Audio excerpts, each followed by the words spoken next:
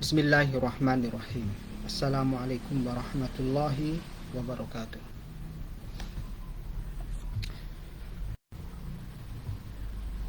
Alhamdulillah. Salatu wassalamu ala rasulillah wa ala alihi wa sahbihi wa mawala amma ba'du. Selamat beribadah puasa di bulan suci Ramadan. Dan kami sampaikan terima kasih kepada pemirsa di live Facebook streaming ngaji kitab ngaji Ramadan, kitab I'malul Maslahah fil Waqfi karya Syekh Abdullah bin Mahfud bin Bayah. Pada pertemuan ketiga ini insyaallah kita membahas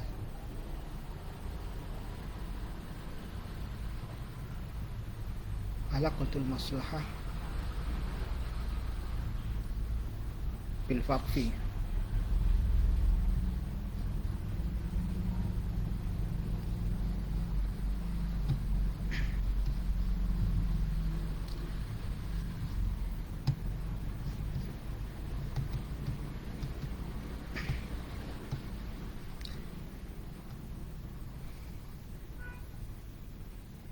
Dalam bahasa Indonesia, temuan berbagai kemaslahatan dalam wakaf menurut fuqahauna salafun salih dan beliau Syekh Abdullah bin Mahfud bin Bayah sebagai berikut. Qala musannif rahimahullah, alaqatul waqfi bil masalih, hubungan wakaf dengan berbagai kemaslahatan mu'tabarah, kemaslahatan yang diakui oleh syariat.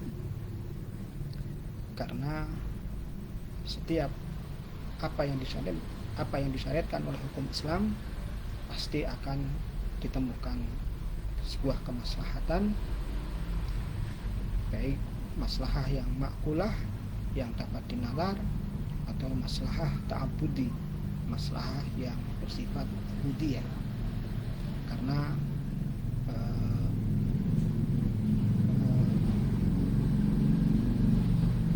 kemampuan nalar yang mungkin belum menemukan dalam waktu yang singkat. Di awal pembelajaran kitab I'malul Masalih fil Waqfi ini, pertama beliau menjelaskan pengertian al-maslahah. Ada 3 tokoh ulama yang dipilih oleh Syekh Abdullah bin Mahfud bin Bayah di dalam memberikan penjelasan maslahah. Ini satu dari Syekh Izzuddin bin Abdul Salam, ini dalam kitabnya Fi Qawaidil Ahkam Fi Masalihil Anam, dan Imam At-Tufi dalam kitab Syarhil Rawdah, Syarhi Mukhtasaril Rawdah, dan kitabnya Ibn Rushd Fi Bidayatil Mujtahid.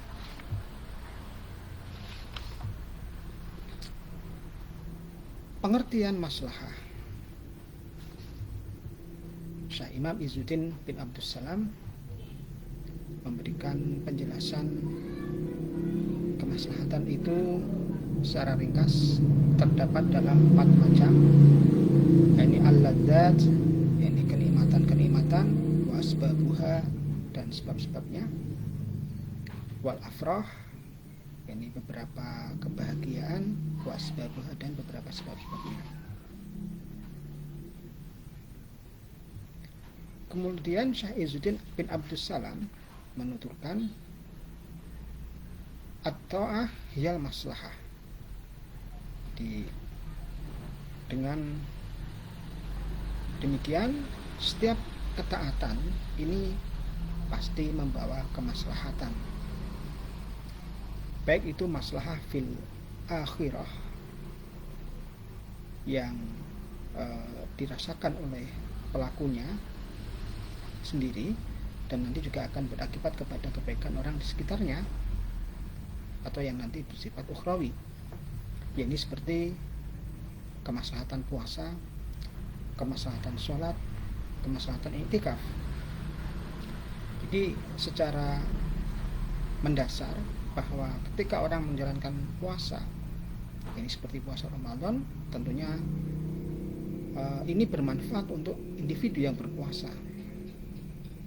Ya, tentunya karena individu yang berpuasa ini telah mendapatkan kemanfaatan, tentu akan sumrambah, akan mengalir kemanfaatnya kepada orang di sekitarnya. Ini misalnya ketika kita mempelajari tingkatan orang yang berpuasa. Ini menurut Imam Ghazali ada 3 bagian. Ini ada mungkin puasanya orang awam, kemudian puasanya orang khas, dan puasanya khawasul khas. Nah, ini mungkin di situ orang-orang yang memahami isi ibadah puasa, ya, ibadah sholat, i'tikaf, ini akan menemukan kemaslahatan fil akhirah dan juga kemaslahatan fil dunia.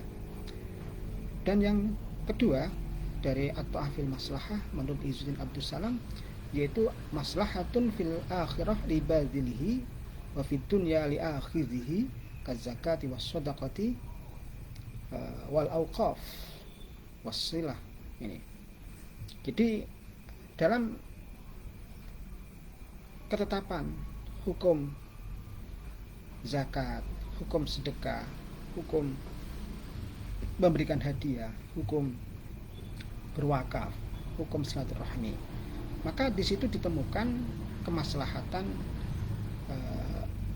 di akhirat bagi orang yang melaksanakannya, dan di dunia ini juga ditemukan kemaslahatan bagi orang yang mengambilnya atau merasa mendapatkan manfaatnya dari pelaksanaan zakat, sedekah, doa, ya, kemudian kurban, wakaf. Jadi pada buku ini lebih nanti akan membahas tentang kemaslahatannya wakaf. Jadi dengan demikian maslahah wakaf itu ada di fil akhirah li badilihi wa fid dunya li akhirihi. Jadi dalam pengertian wakaf, jadi ini tahbisul asl, ini kemudian wa tasbilul samrah. Nah, ini jadi harta wakaf ini dijaga, kemudian dikelola supaya bermanfaat, dan dari hasil manfaatnya ini untuk disedekahkan kepada orang-orang yang membutuhkan atau kemaslahatan masyarakat Islam.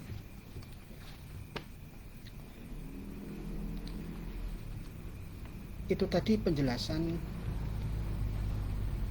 Imam Izzuddin Abdus Salam dalam pengertian maslahah yang memiliki hubungan dengan wakaf.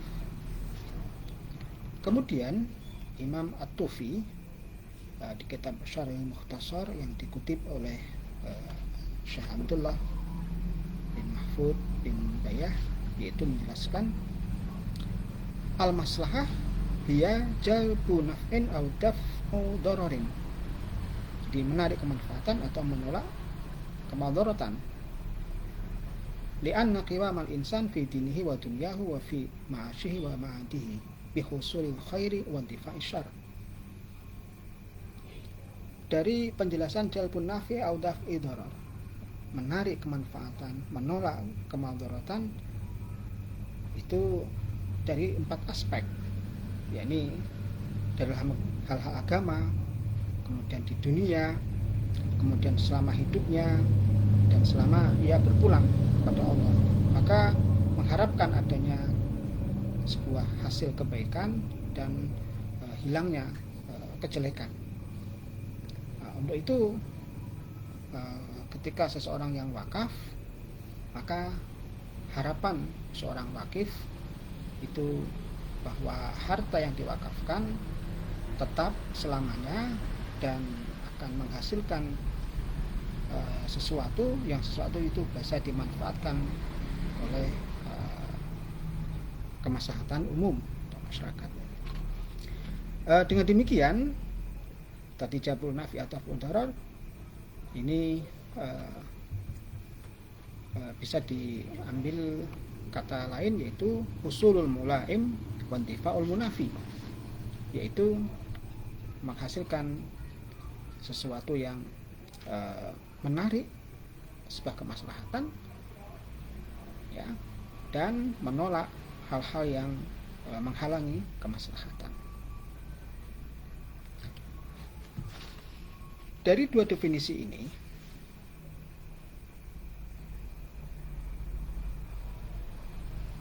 masing-masing kemaslahatan, baik yang didefinisikan oleh Syekh Izzuddin Abdus Salam maupun Imam Ad-Dufi, maka di situ ada taksim sunai, atau masing-masing kemaslahatan terbagi dua, yaitu makulul makna, artinya arti dari sebuah kemaslahatan itu bisa dinalar, bisa diindra. Jadi dengan maksud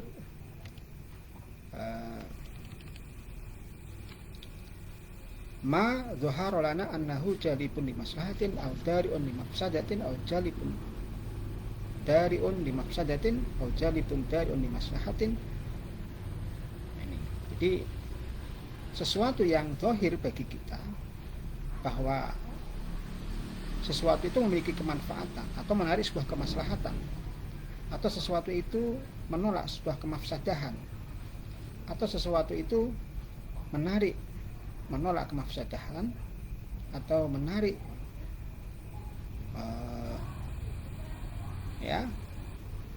kepada kemaslahatan. Nah, ini jelas bagi kita yang tentunya bisa kita indra, ini bisa kita makul. Ada yang kedua dari pembagian maslahah itu, ada ghairu makulil makna, tidak dapat dinalar, tetapi di situ tentu bersifat ta'abudi, yang bersifat penghambaan kepada Allah, yakni mentaati perintah Allah. Karena wakaf ini memiliki sebuah kemaslahatan. Jadi misalnya ada sesuatu yang disyariatkan yang saat tertentu belum kita temukan hikmahnya karena masih tersamarkan atau belum ketemu, tentu ketika kita mentaati pensyariatan tersebut dan melaksanakannya, maka itu bagian dari ta'abudi, ini menghamba kepada Allah, mentaati perintah Allah.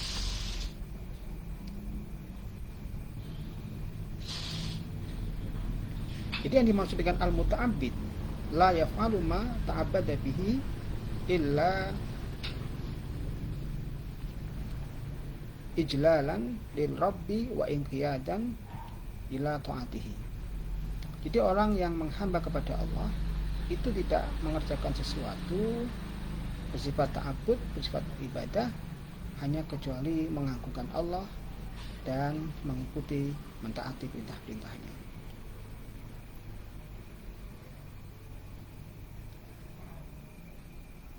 Di dalam kitab Qawaidul Ahkam, wa yajuzu an tajarruda ta'abbudatu an jalbil masalih wa dar'il mafasid summa yaqa'u thawab 'alaiha bina'an 'ala ta'at wal iz'an min ghairi jalbi maslahatin ghairi maslahati thawab. Ada sebagian ta'abbud atau pelaksanaan ibadah itu wenang belum ditemukannya sesuatu yang menarik kemaslahatan atau menolak kemafsadahan, kemudian terjadilah pahala karena sebagai dasar taat kepada Allah dan memenuhi perintahnya, walaupun di situ belum diketahui menarik kemaslahatan atau tidak menarik kemaslahatan, pahala. Dengan demikian Imam Ibn Rushd menyebutnya ta'abudi tadi disebut dengan abadi sebagai lawan dari al-maslahi. Dengan demikian beliau menetapkan wal masalih al-ma'kulah wal masalihu al-ma'kulatu la yamna'u an takuna asasan al-ibadat al-mafruḍah haitsu yakunu syar'u la hadza fiha maknayaini maknan maslahiyan wa maknan ibadiyan. Kurang lebihnya bahwa kemaslahatan-kemaslahatan yang dapat dinalar tidak menolak keberadaannya sebagai dasar menjalankan ibadah yang wajib, ibadah yang diwajibkan. Sekalinya bahwa syarak menetapkan pada kemaslahatan ini ada makna maslahian dan ada makna ibadian.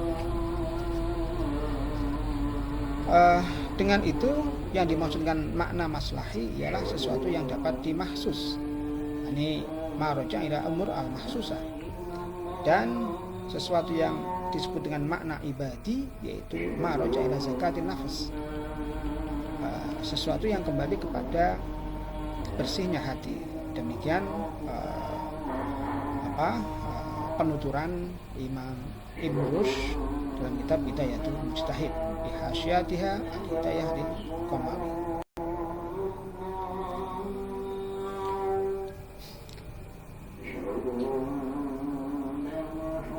Syekh Abdullah bin Mahfud bin Bayah melanjutkan penjelasannya, walakin hadza la ya'ni qanut abudiyat uriyatan anil masalih. Tetapi ini tidak berarti keberadaan ta'budiyat itu lepas dari kemaslahatan. Fa inna syariah, karena syariat Islam kulluha semuanya mabniyatun ala jalbil masalih wa dar'il mafasid, yakni menarik, jadi didasarkan pada penarikan kemaslahatan dan menolak kemafsadatan. Lakin minha ma dhaharat hikmatuhu lil uqul fasumiya bi ma'qulil ma'na. Tetapi di antara kemaslahatan ada yang zahir hikmahnya bagi nalar sehingga disebut dengan ma'qulul ma'na. Wa minha ma khufiyat ma'a jazmi bi wujudi hikmatin wa maslahatin wa huwa at-ta'abbudi. Dan di satu sisi bahwa hikmah itu sepi atau samar. Walaupun demikian tetap kita memastikan wujudnya hikmah dan wujudnya kemaslahatan.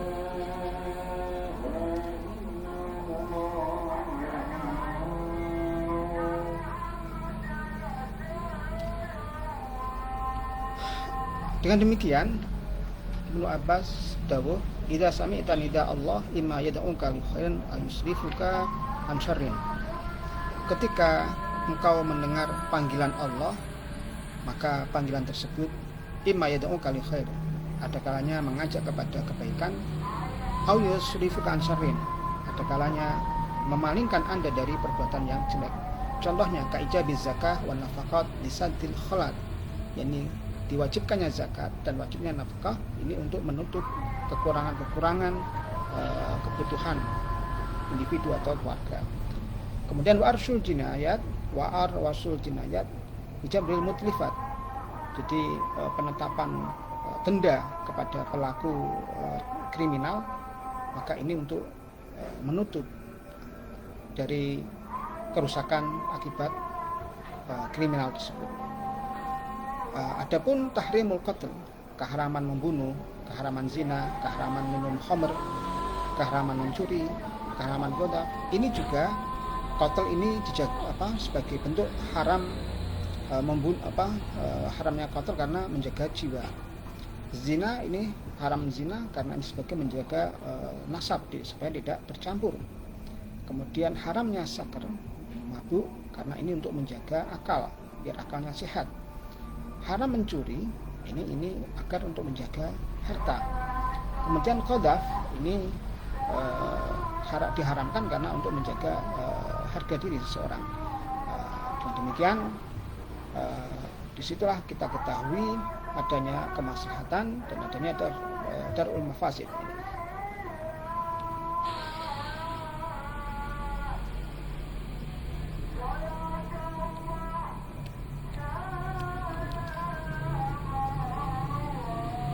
Kemudian Imam Syekh Abdullah bin Mahfud bin Payah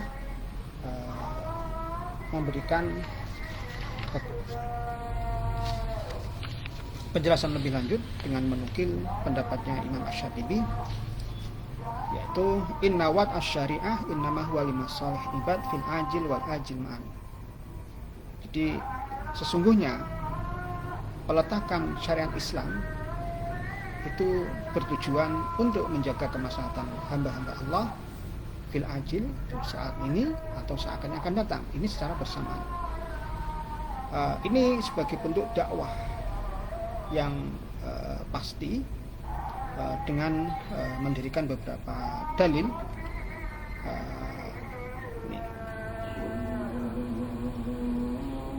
Dengan demikian terjadi khilaf di antara ahli mutakallimin. Ini jadi karena pemahaman beberapa nas yang disitu sebagai bukti atau hujjah dalam adanya kebagusan atau adanya fasad. Jadi memang dalam nanti kemaslahatan itu terbagi tiga. Ada yang maslahah muktabarah, berarti nas itu mendukungnya, menuturkannya, dan juga ada maslahah mulghah, dan nas itu menjelaskan beberapa bahaya-bahayanya. Adapun yang ketiga itu maslahah la muktabarah wala mulghah, yakni yang masalih al-mursalah. Ini ketetapan kemaslahatan yang tidak terikat tapi di situ memiliki kemaslahatan. Nah, inilah nanti dalam hal wakaf, pemanfaatan wakaf, yakni bagaimana cara menemukan kemaslahatan tersebut, yang barangkali karena perkembangan waktu ada beberapa hal yang harus diijtihadi, diikhtiari untuk menemukan kemaslahatan tersebut. Dengan demikian Imam Ar-Razi di dalam menetapkan hukum bahwa hukum Allah nilai satu alalatan al-battah, ini kama an af'alu kadzalik. Sementara orang Mu'tazilah memberikan pendapatnya ittafaqat ala ahkama ta'ala mu'alatan bi ayatil masalih. Jadi Mu'tazilah menyepakati bahwa hukum-hukum Allah itu ditaklili dengan menjaga kemaslahatan hamba-hambanya. Nah, ini memang ini Asy'ariyah, ini Ar-Razi, dan sebagai tadi menyatakan hukum Allah laisa alatan al-battah. Adapun fuqaha mutaakhirin ini lebih condong kepada pendapatnya Mu'tazilah, yakni bahwa kemaslahatan hamba Allah ini, menjaga kemaslahatan hamba Allah ini tentu harus dibarengi, ini harus menjadi dasar dalam penetapan hukum.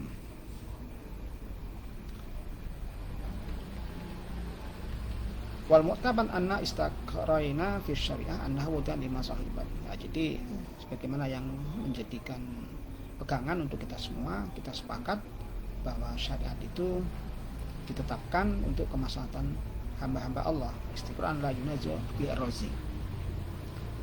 Nah, ini semisal bahwa Allah mengutus Rasul. Maka ini dalam ayat ini a'udzubillahi minasyaitonir rajim, rusulan mubashshirina wa mundhirina li'alla yakuna lin-nasi 'ala Allahi hujjatun ba'da rusul wa ma arsalnaka illa rahmatan lil alamin. Dan seterusnya, masih banyak beberapa nas yang di situ memiliki ketetapan kemaslahatan. Wa ma arsalnaka illa rahmatan lil alamin. Dan lagi wa ma khalaqtul jinna wal insa illa liya'budun.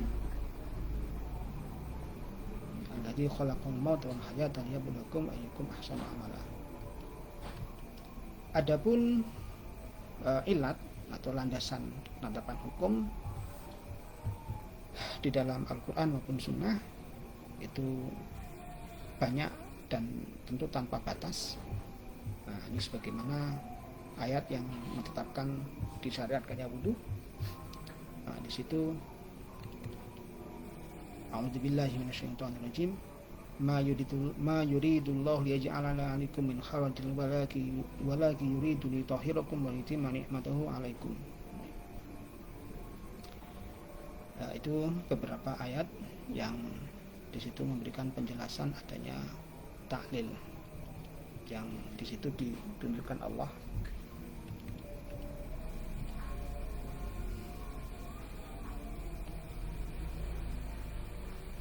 Nah, tentu dengan ayat-ayat tersebut ada wal maksud at-tanbih wa idza dalla istiqra' ala hada wa kana fi misli hadhihi qadiyah mufidan lil ilmi fa nahnu nuqaddir bi anna al-amra mustamirun fi jami'i tafasil syariah.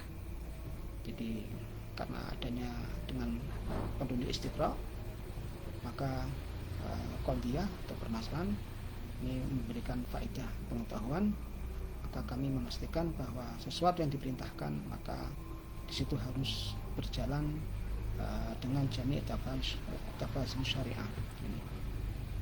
Nah, ini jadi berjalan di dalam rincian-rincian syariat.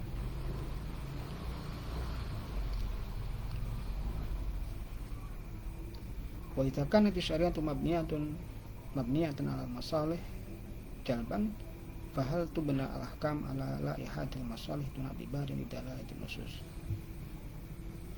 Jika syariat Islam ini didasarkan pada kemaslahatan, apakah hukum-hukum itu dibangun untuk memamangkan kemaslahatan tanpa mempertimbangkan petunjuk nas.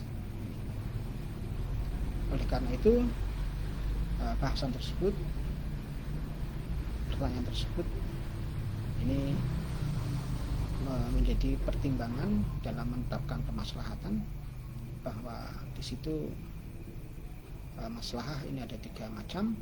Ada masalah mu'tabarah bisyahadatin nas, yakni bahwa ada kemaslahatan yang diakui berdasarkan nas, maka ini disebut dengan manasib al-mu'tabar. Dan juga ada masalih mulghah, yakni syariat nas ini telah mensaksikan kebatalannya. Dan ada masalih lama lam yashhad lahu syari' bi butlanin wal i'tibarin mu'ayyanin. Jadi ada beberapa kemaslahatan yang di situ syarak tidak menyaksikan atau tidak ada nas yang menyaksikannya karena batalnya, dan juga tidak mengakuinya. Nah, ini yang mungkin dalam istilah yang lain disebut dengan al-masalih al-mursalah.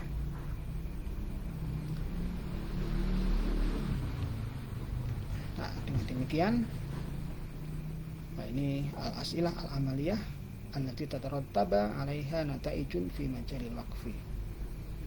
Nah, maka bisa kita mengutarakan pertanyaan-pertanyaan bersifat praktis di dalam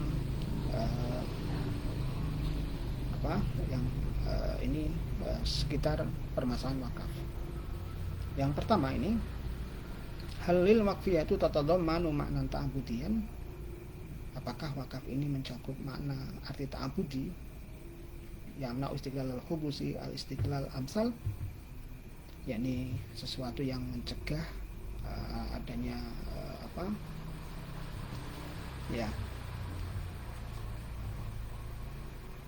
menjaga, mengutamakan menjaga, atau mengutamakan memberikan sesuatu yang lebih bermanfaat. Ini wal indifa bihi al indifa al ashmal wal afdal am al mil waqfiyah tatajawazu al fad wal mabani ila al maqasid wal ma'ani. Ini apakah wakaf ini melampaui lafalnya dan bangunannya hingga kepada tujuan dan arti yang sebenarnya. Oleh karena itu, wataban lihada la takun waqfiyah habasan anil istiqlal al-kamil wal indifa syamil bal habasan alaihi. Dari situ wakaf ini menjaga dari istiqlal kamil. Ini pelaksanaan yang menunjukkan yang sempurna, wal indifa syamil, kemanfaatan yang menyeluruh. habsan alaihi. Akan tetapi di situ menjaga harta wakaf agar bermanfaat sesuai dengan kemaslahatan. Wa bi ibaratin ukhra halil waqfiyatu ta'ni al-man'a min at-tabdzir wa at-tabdid an tariqil man'i min tafwidil asli ma tasmirihi li masalihil mawquf alaihi wa i'tibaril istimrar fil waqfiyah la fi dzat al-mawqufiyah. Dalam ibarah yang lain, apakah wakaf berarti mencegah dari mubadzir dan ya semena-mena dengan jalan mencegah menelantarkan harta aslinya untuk memberikan buah ya, untuk kemaslahatan pada yang diwakafkan dengan iktibar yang pengakuan kesempurnaan wakaf baik bukan karena zatnya mauquf, jadi kemanfaatan barang yang diwakafkan, jadi yang di situ yang jadi mengedepankan kemanfaatan barang yang diwakafkan, bukan mengedepankan menjaga harta yang diwakafkan. Nah ini ini satu hal yang penting, jadi kita lebih mengutamakan kemanfaatan barang-barang yang diwakafkan atau kita hanya menjaga zatnya barang-barang yang diwakafkan. Nah ini memang nanti tempat ijtihad dan ikhtiarnya, ikhtiar dan ijtihadnya para nazir wakaf agar dalam kebijakan atau penerapan keputusannya ini mengarah kepada kemaslahatan yang bersifat makul atau mungkin yang bersifat ta'abudi. Fahim bagi anu kita berarti adibad'ah anal waqfa laysa minat ta'abudiyat allati la yaqilu ma'naha bal huwa min ma'qulil makna wa mimma asmaha ibn Rushd bil maslahi. Maka bagi kita patut mengukuhkan bahwa wakaf ini bukan hanya maslahah ta'abudiyat yang berarti tidak bisa dinalar nilai-nilainya, tetapi di situ bahwa wakaf merupakan makulul makna, yakni sesuatu yang bisa dinalar artinya, sehingga di satu istilah yang ditetapkan oleh Ibn Rushd disebut dengan al-maslahi. Jadi kalau makulil makna ini yang disebut dengan maslahi, jadi sesuatu yang memiliki kemaslahatan. Dengan demikian penjelasan Izzuddin Ibn Salam bahwa wakaf ini termasuk min fi maqulatil makna, berarti antara Ibn Rushd dan Izzuddin Ibn Salam memberikan pandangan yang sama tentang wakaf, yaitu sesuatu yang al-maslahi, jadi maqulul makna, ini tidak hanya ta'abudiyat, jadi itu ya sesuatu yang bisa mahsusat, yang bisa dirasakan. Apabila mungkin di situ ada hikmah yang tidak bisa dirasakan, ya mungkin masuk ke dalam ta'abudi. Karena wakaf pada dasarnya menurut Izzuddin Ibn Salam min nau'is shadaqat wasilah wal hibah. Yani fafihi ma fiha min saddil khala. Karena dengan wakaf itu bisa menutup beberapa kekurangan yang segera diatasi. Dari dua pendapat ini juga dikukuhkan oleh Imam Al-Qarafi yang memiliki makna yang sama. Maka di situ wala yasahihu asyar'u min as-sadaqat illa al-mustamil 'ala al-masalih al-khalisah wa rajihah. Dengan demikian apa yang disahkan atau tetapkan syara dari bentuk sedekah ini, karena wakaf ini juga bentuk sedekah yang jariah, maka akan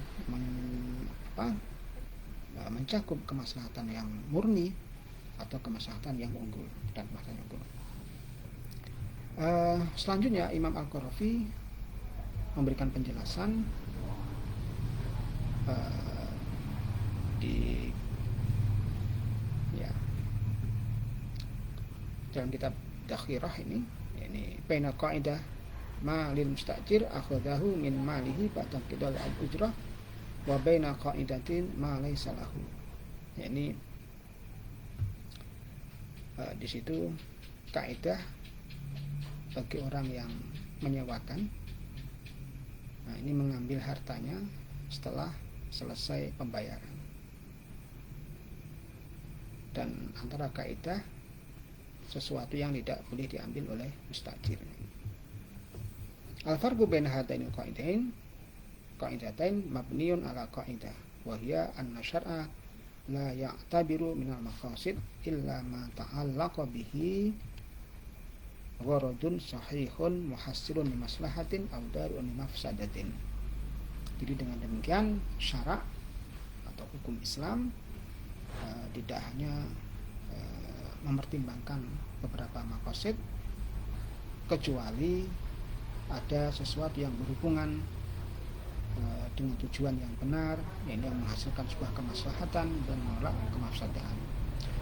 Lidzalika la yasma'ul hakimu ad-da'wa fil asya' at-tafihah allati la yatashaha al-uqala fiha adatan. Dengan demikian, ini sebagai contoh bahwa hakim tidak mendengarkan dakwaan ya terhadap sesuatu yang rusak, yang di situ sebab yang rusak itu akan memengaruhi kerusakannya orang yang mengakar. Kesimpulannya bahwa wakaf makulul makna maslahiyul ghordi. Ini ungkapan ini sebuah kesimpulan yang ditetapkan oleh Syekh Abdullah bin Mahfud bin Bayah. Jadi wakaf itu makulul makna, ini nilai-nilainya dapat dinalar, dapat diketahui, hikmahnya dapat diketahui, dan juga maslahil warad, jadi memiliki tujuan kemaslahatan. Nah, ini yang menjadi nilai dan ini perlu diketahui oleh wakif maupun nadhir maupun orang-orang yang mendapatkan kemanfaatan dari adanya wakaf itu. Oleh karena itu, al-waqfu yajma'u bainal hibah wa shadaqah. Qad yakunu hibatan wa silata rahmin bi hasabi niyatil waqif wal alaqah bil mawquf alaihi. Jadi wakaf ini mengumpulkan sebuah kumpulan antara hibah dan sedekah, dan terkadang wakaf itu berupa hibah dan menyambung rahim, menyambung silaturahim. Ini kembali kepada niatnya wakif terhadap barang yang diwakafkan. Kemudian wakaf itu waqad yakunu shadaqatan li wajhi ta'ala mujarradatan an kulli gharadin. Di sini di sisi yang lain bahwa wakaf itu yang merupakan sedekah hanya karena Allah, tidak dibarengi dengan tujuan-tujuan yang tadi misalkan ada menyambung rahim. Nah, ini wa huwa fi haliyataihi yakhdamu al-mustaqbal wa idza ajal. Secara kenyataan bahwa wakaf dalam keadaan sebagai hibah maupun sebagai sedekah, maka ini berkhidmah untuk di waktu yang akan datang, dan juga ini sebagai dana simpanan untuk generasi-generasi berikutnya. Waqad tarattabat alaihi masalihun wadihun min iyan, dan dengan terang-terangan wakaf ini akan memberikan kemaslahatan yang jelas. La binisbah lil afrad alladziina qad tastu alaihim adiyataz zaman wa taqsu alaihi surufad dahr fayajizuna lil amal aw tandabu alaihim al mawarid fayajiduna fil waqfi ghaisan midraran wa muhinan fayyadun yahya mautahum wa yanashu dima'ahum wa yanqau hilatahum wa yabri'u hilatahum. Dampak dari mendistribusikan kemanfaatan wakaf bagi individu yang kadang-kadang memang dalam satu waktu dia jatuh karena keterbatasan, karena ya, dan juga mungkin hidup menjadi keras karena perjalanan waktu, perjalanan masa, sehingga individu tadi tidak mampu bekerja, fayujizun anil amal, kemudian dia kekurangan mata pencarian. Dengan menemukan wakaf, maka mereka menganggap wakaf ini sebagai ghaisan midrora, yakni pertolongan yang datang dari atas yang begitu menyejukkan, ya, wa mu'inan fayyadun, yakni pertolongan yang banyak memberikan dampak kemanfaatan baginya. Diibaratkan wakaf ini menghidupkan mereka yang hampir mati, kemudian menguatkan semangatnya dan membersihkan dari penyakitnya. Nah ini, jadi nggak ada rentenir, nggak ada bungapang, ya, karena memang di antara masyarakat ada yang sedang mengalami kesusahan, kesulitan, maka wakaf akan menjadi penolongnya. Dampak yang bermanfaat bagi masyarakat juga dituturkan oleh Syekh Abdullah bin Mahfud bin Bayah. Wa kadzalika aidan binisbah lil ummati allati tajidu fi waqfi marqafan. Ini mirfaqan ijtimaiyan waqti sadiyan li musa'adatil fuqara wal ma'uzin wa mu'alajatil marad wa fil mustarfayat al khairiyah wa tashili tanaqul bil qanatir wa hafil adhan wa ittikhadis saharij wal jaramiz wal masani' ala tariqat dhatil masafat al ba'idah wa muassasah diniyah wa saqafiyah tushidu buyutallah lil musallin wa tarfa'u saruhal madaris wal jami'at lil ulama wa tullab wal darisin ya'tihim rizquhum bukratan wa 'ashiyya bila mannin wala adha liyatafarraghu lil ilmi wal bahsi wa nashril ma'rifah. Manfaat wakaf ini juga berdampak kepada masyarakat. Jadi wakaf itu ibaratnya mirfaq ijtimaiyan waktu sodian. Jadi tempat yang mampu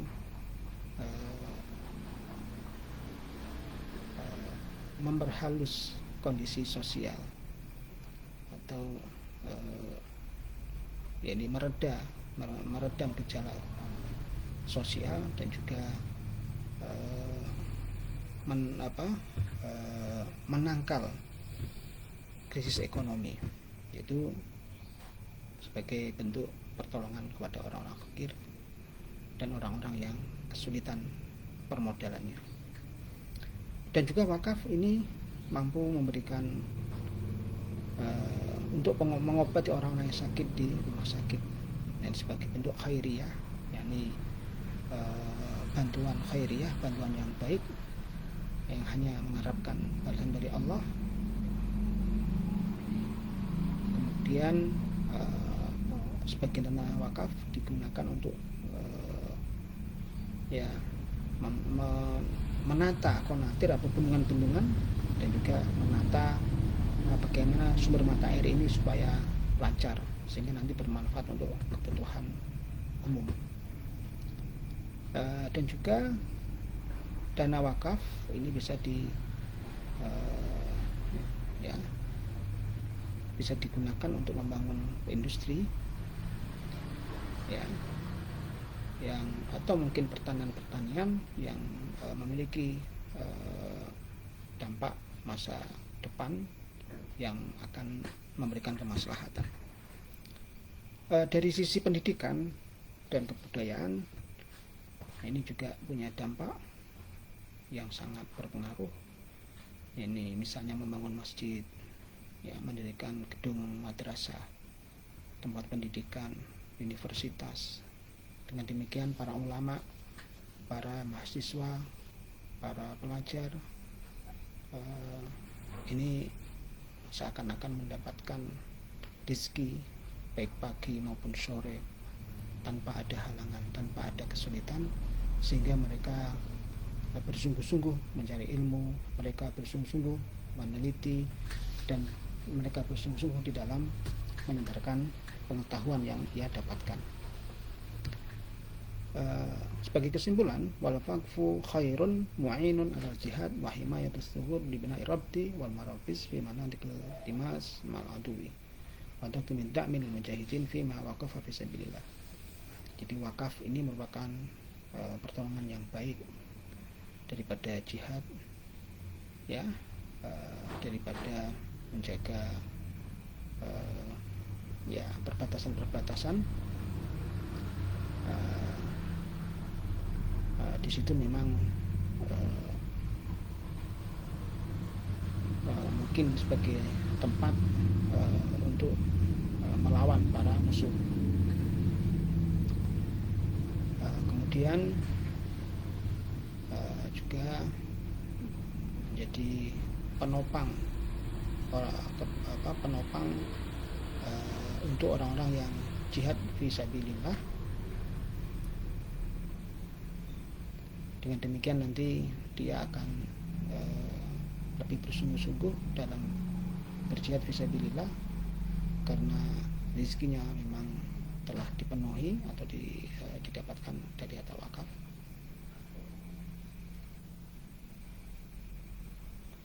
Dan juga dengan harta wakaf bisa membeli peralatan perang, ya, untuk menjaga daulah, menjaga agama ini. Qad wulijal waqfu tila tatarih al-islam fi syirkil alam al-islami wa gharbihi kulla hadhil mayadin binasabi mutafawwitatin wa fi fataratin min masirati hadhil ummah mutabayyinah.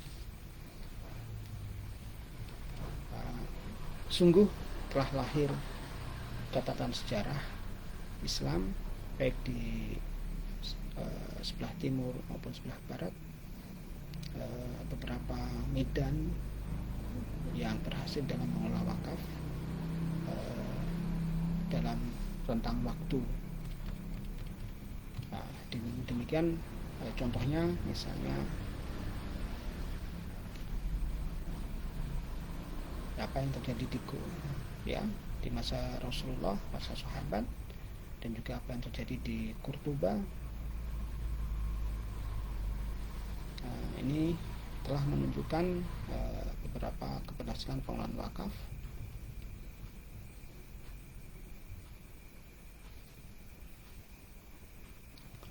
Mudah-mudahan sejarah yang mencatat tentang keberhasilan wakaf ini selalu dipelajari oleh generasi-generasi musliman berikutnya, sehingga dia memahami apa sebenarnya wakaf dan bagaimana cara pengelolaannya. Lebih-lebih manajemen wakaf ini harus menjadi bagian kehidupan, agar wakaf ini benar-benar memberdayakan masyarakat dan memberikan manfaat yang lebih banyak sesuai dengan waktu dan tempatnya. Semoga para nazir wakaf dan ahli yang telah mewakafkan hartanya selalu diberikan ganjaran pahala dan selalu diberikan istiqomah di dalam melaksanakan kebaikan-kebaikan demi masyarakat, dalam mendapatkan kebahagiaan dunia dan kebahagiaan akhirat. Semoga semuanya mendapatkan amal yang diterima Allah dan diridai Allah. Demikian pengajian Ramadan dalam kitab I'malul Maslahah fil Waqfi karya Syekh Abdullah bin Mahfud bin Bayah. Semoga apa yang kita pelajari bermanfaat, dan saya mohon maaf atas kekurangan dan khilafan di dalam membaca atau menyampaikan pemahaman dari kitab tersebut. Ihdinas siratal mustaqim. Wallahu a'lam bissawab. Wassalamualaikum warahmatullahi wabarakatuh.